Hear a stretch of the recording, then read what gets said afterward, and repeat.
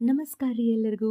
ಈ ವರ್ಷ ನನ್ನ ಎಳ್ಳಮಾಸಿ ಭಾಳ ಸ್ಪೆಷಲ್ ಆಗಿತ್ತು. ಯಾಕಂದ್ರೆ ನಮ್ಮ ರಿಲೇಟಿವ್ಸು ಅವ್ರ ಹೊಲ್ದಾಗ ಊಟ ಮಾಡಕ್ಕೆ ನಮ್ಗೆ ಇನ್ವೈಟ್ ಮಾಡಿದ್ರು. ಆಬ್ವಿಯಸ್ಲಿ ಪ್ರತಿ ವರ್ಷವೂ ನಮ್ಮ ಅಪ್ಪಾಜಿ ಮಮ್ಮಿ ಹೋಗ್ತಿದ್ರು, ಬಟ್ ನನಗೆ ಆಗ್ತಿರ್ಲಿಲ್ಲ. ಈ ಸರ್ತಿ ನಮ್ಮ ಅಪ್ಪಾಜಿ ಹೇಳಿದ ತಕ್ಷಣ ಆಫೀಸದ್ದು ಹಾಫ್ ಡೇ ಹಾಕಿ ರೆಡಿ ಆಗಿಬಿಟ್ಟೆ. ಮಮ್ಮಿ ಅಪ್ಪಾಜಿ ನಾನು ಗಾಡಿ ಮೇಲೆ ಹೋಗಿ ಬಹಳ ದಿವಸ ಆಗಿತ್ತು. ಸೊ ಮಸ್ತ್ ಎಂಜಾಯ್ ಮಾಡ್ಕೊತ ಹೋದ್ವಿ.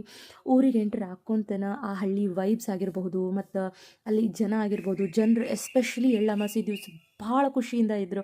ಒಂಥರ ಹಬ್ಬದ ವಾತಾವರಣ ನೋಡ್ದಂಗೆ ಆತ ನನಗಂದ್ರು. ಅವ್ರ ಮನೆಗೆ ರೀಚ್ ಆದ್ವಿ.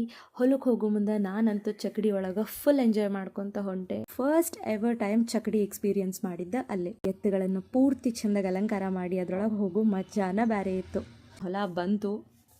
ಹೊಲ ಬಂತು ನಮ್ಮ ಮಮ್ಮಿ ಅಂತೂ ಬುತ್ತಿನ ತಲೆ ಮೇಲೆ ಇಟ್ಕೊಂಡು ಚಂದಕ್ಕೆ ತಂದೇನ ತಂಗಿ ಹೊಲಕ್ಕೆ ಬಂದೇನ ಅಂತ ಪ್ಯೂರ್ ಹಳ್ಳಿ ಹೆಣ್ಮಕ್ಳ ಸ್ಟೈಲ್ದಾಗ ಹೊಂಟಿದ್ರು. ಬುತ್ತಿ ಇಡಕ್ಕಂತ ಹೇಳಿ ಹುಡುಗರೆಲ್ಲ ನೆಲಕ್ಕೆ ಹಾಸಾತಿದ್ರು. ಬುತ್ತಿ ಇಟ್ಟು ನಾವೆಲ್ಲ ಸ್ವಲ್ಪ ರಿಲ್ಯಾಕ್ಸ್ ಆಗಿ ಅದನ್ನು ಓಪನ್ ಮಾಡಿ ಎಲ್ಲ ಅರೇಂಜ್ ಮಾಡಿದ್ವಿ. ಅಂಕಲ್ ಭೂಮಿ ಪೂಜೆಗಂತ ಹೇಳಿ ಆ ಕಡೆ ಹೋದರು. ನಾವಿವತ್ತು ಊಟ ಮಾಡೋ ಪ್ರತಿಯೊಂದು ಪದಾರ್ಥನೂ ಸಹ ಡೈರೆಕ್ಟ್ ಅಥವಾ ಇಂಡೈರೆಕ್ಟ್ ಆಗಿ ಭೂಮಿ ತಾಯಿಯಿಂದನೇ ಬಂದಿದ್ದು.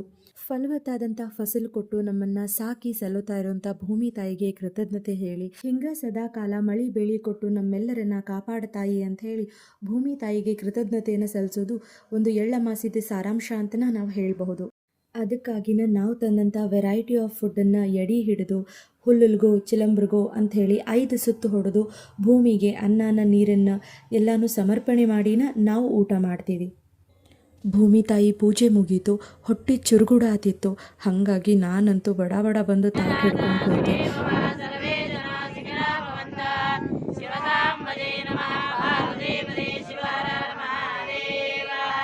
ಕಟಕ್ ರೊಟ್ಟಿ, ಚಪಾತಿ, 2 ಥರದ ಪಲ್ಯ, ಅನ್ನ, ಸಾರು, ಹೋಳ್ಗೆ, ತುಪ್ಪ, ಬಜ್ಜಿ, ಶಾಂಡ್ಗಿ, ಮಿರ್ಚಿ, ಅಬ್ಬಾ, ಮತ್ತು ಅದು ಸೈಡ್ ಹಚ್ಕೊಳಕಂತ ಹೇಳಿ ಉಳ್ಳಾಗಡ್ಡಿ, ಗಜ್ರಿ, ಸೌತೆಕಾಯಿ, ಮೂಲಂಗಿ, ಹಕ್ಕರಕಿ, ಮೆಂತೆ ಪಲ್ಯ, ಇದು ಎಲ್ಲನೂ ಉತ್ತರ ಕರ್ನಾಟಕದ ಫೇವ್ರೇಟ್ ಮತ್ತು ಸ್ಪೆಷಲ್ ಫುಡ್ ಆಗಿದ್ದರಿಂದ ಬಹಳ ಆಸೆ ಆಗತ್ತಿತ್ತು ತಿನ್ಬೇಕಂತ ಹೇಳಿ.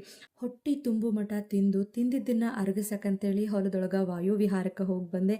ಹಂಗೆ ಸ್ವಲ್ಪ ಹೊತ್ತು ಫ್ಯಾಮಿಲಿ ಮೆಂಬರ್ಸ್ ಎಲ್ಲ ಗಿಡದ ಕೆಳಗೆ ಕೂತು ಟೈಮ್ ಪಾಸ್ ಮಾಡಿದ್ವಿ. ಅದಾದ ಮೇಲೆ 4 ಗಂಟೆ ಆಗೇ ಬಿಟ್ಟಿತ್ತು. ಸೊ ಮನೆ ಕಡೆಗೆ ಪಯಣ ಅಂತ ಹೇಳಿ ಎಲ್ಲರೂ ಬುತ್ತಿನ ಪೂರ್ತಿ ಕಟ್ಕೊಂಡು ಅಲ್ಲೇ ಹೊಲದಾಗಿದ್ದು ಕಡಲೆ ಗಿಡ, ಉಳ್ಳಾಗಡ್ಡಿ ಎಲ್ಲಾನು ಕಿತ್ಕೊಂಡು ಮನೆ ಕಡೆ ದಾರಿ ನೋಡಿದ್ವಿ.